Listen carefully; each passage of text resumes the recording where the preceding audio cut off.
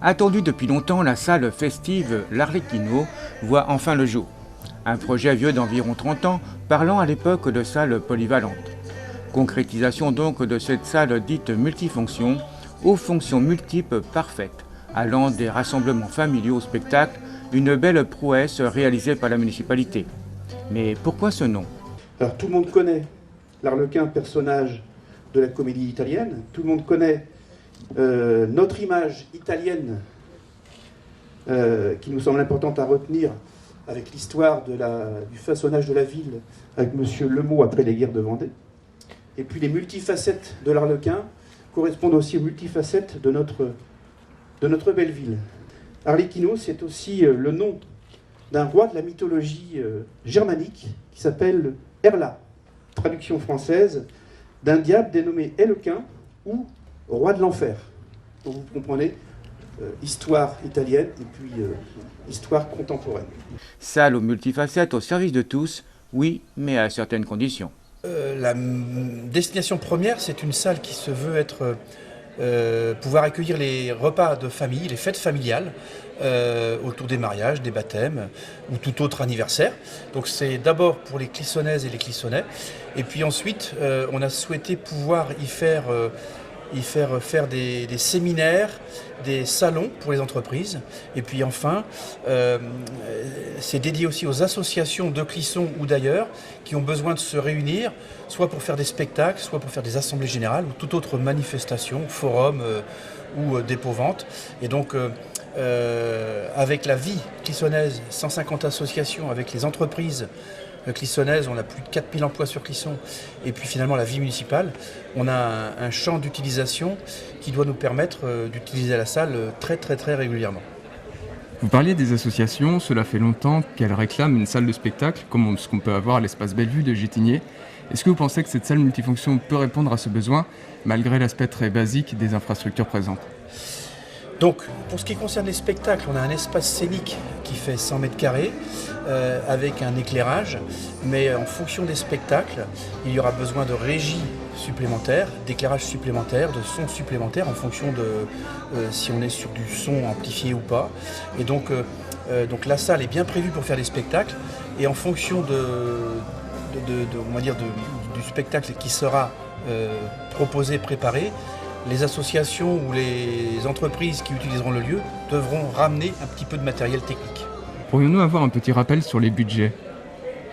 Alors le budget, le coût total de l'opération a atteint 4 380 000 € environ, dont environ 450 000 € de frais de maîtrise d'œuvre, bureau d'études techniques, acoustique, VRD, contrôle technique. Et donc ensuite, donc ça c'est pour les dépenses. Et du point de vue autofinancement de la commune, on a été financé par la préfecture, par les services de l'État, dans le cadre de 3 campagnes de subventions en 2018, 2019 et 2020. Et les subventions de l'État atteignent 575 000 €. Et au niveau de la capacité des salles présentes ? Alors, les salles sont modulables. L'espace peut être loué dans sa complétude, donc les deux salles, la grande et la petite, avec l'espace de convivialité au milieu. Et puis sinon, on peut louer les salles les unes indépendamment des autres. Et donc, la petite salle dans laquelle on se trouve fait 170 mètres carrés. On peut y mettre en configuration debout un peu plus de 400 personnes. Et en configuration assise, on doit être à un peu moins de 150. Et pour la grande salle, la Scala, qui fait 450 mètres carrés au sol, on est sur 1200 personnes si on est sur un spectacle debout, genre concert.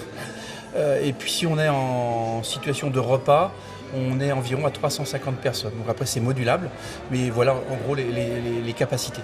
Vos impressions sur ce que vous pensez de la salle ?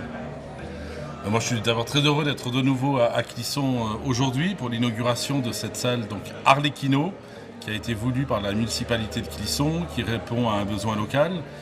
Et puis deuxième intérêt de la livraison de ce bâtiment, c'est qu'il a été pour partie financé par le plan de relance de l'État, qui souhaitait effacer les traces économiques de la crise Covid en aidant les collectivités locales à réaliser des chantiers, des travaux qui donnent du travail à nos entreprises et notamment aux entreprises du BTP.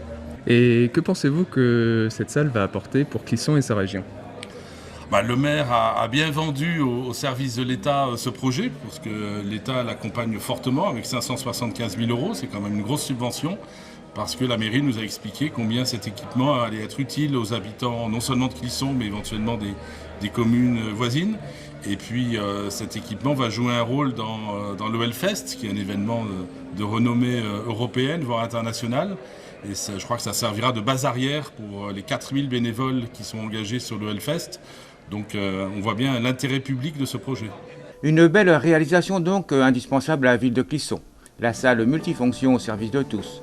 Concernant les spectacles et concerts, il suffira juste aux artistes de ramener régie son, régie lumière, projecteur, voire pied de levage, structure métallique par exemple. En configuration assis, type spectacle, la grande salle devrait pouvoir accueillir 400 personnes. Test grandeur nature, les vœux du maire, chaque année 450 à 480 personnes sont présentes. Elles pourront apprécier ce nouvel espace. So you think you can tell? Do you think you